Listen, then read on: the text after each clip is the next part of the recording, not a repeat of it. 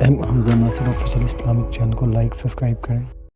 وہ جوان جو ہی پروان چڑھا ان فوان شباب آیا تو اس کی پیشانی سجدے کے تقدس سے مالا مال ہو گئی، اس کی آنکھوں میں حیا اور شرم کے پہرے آ گئے، اس کے خیالوں میں پاکیزگی آ گئی، اس کی زندگی کے شب و روز نیکی کے ماحول میں بسر ہونے لگے، اس کی راتیں ذکر الہی میں، تلاوت کلام مجید میں اور دن یاد الہی میں روزے سے گزرنے لگے۔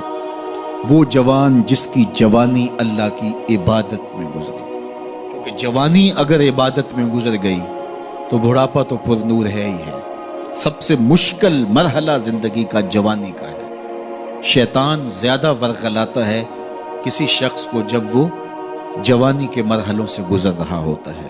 تو جس کی جوانی خیریت کے ساتھ گزر گئی اور اس نے اپنی جوانی کے تقدس کو محفوظ رکھ کے منزل تک پہنچا لیا، اپنی عصمت کے جوہر کی حفاظت کی، اپنی آبرو کو لٹنے نہیں دیا، اپنی آنکھوں کی شرم و حیا پر پہرے بٹھائے اور آنکھ کو برباد نہیں ہونے دیا اور اپنی زندگی کے تقدس کا پہرا دیا، تو جو جوان اپنی جوانی کو خیریت کے ساتھ گزار گیا۔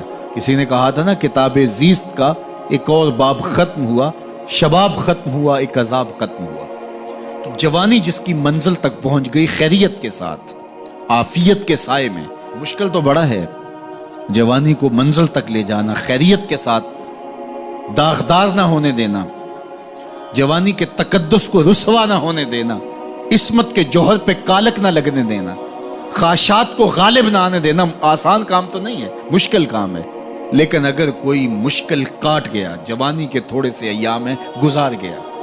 اللہ اکبر۔ حضرت شیخ ختلی کہتے ہیں، داتا گنج بخش علی حجویری علیہ رحمہ کے مرشد ہیں، الدنیا یوم ولنا فیہا صوم۔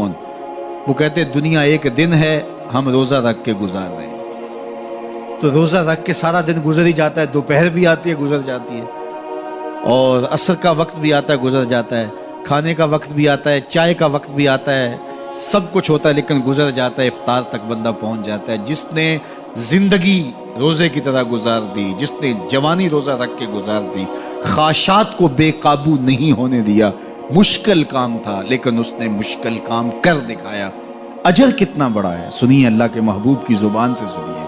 حضور نے ارشاد فرمایا جو سید ابو ہریرہ کے ذریعے سے ہمارے تک پہنچا، فرمایا قیامت کے دن جب سورج کا رخ سیدھا ہوگا، زمین تانبے کی ہوگی، لوگ پسینے میں شرابور ہوں گے، کوئی ٹخنوں تک پسینے میں، کوئی گھٹنوں تک، کوئی کمر تک، کسی کو پسینے کی لگام دی جائے گی، اور وہ پسینہ ایسے نہیں ہوگا جس طرح یہ پسینہ ہے، اتنا گرم ہوگا۔ ابن رجب حنبلی کہتے ہیں اس پسینے کا ایک قطرہ اگر احد پہاڑ پہ ڈال دیا جائے تو وہ پگھل جائے، اتنا گرم ہوگا، بدبودار اتنا ہوگا، ایک قطرہ دنیا پہ ڈال دیا جائے، انسان کیا جانوروں کے دماغ بھی پھٹ جائے، اس پسینے میں لوگ شرابور ہوں گے۔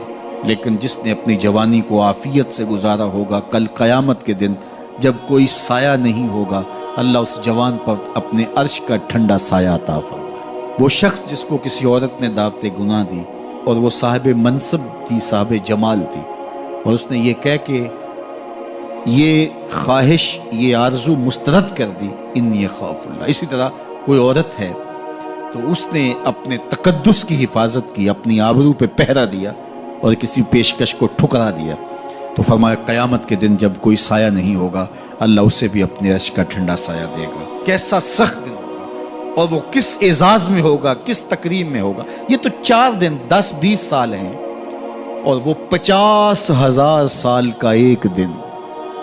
پھر اس کو اللہ کا شکر ادا کرنا ہوگا کہ اللہ تو نے کتنا کرم کیا میرے اوپر کہ میری جوانی خیریت اور عافیت سے گزری، اور آج اس کا تو کتنا بہتر صلہ مجھ کو دے۔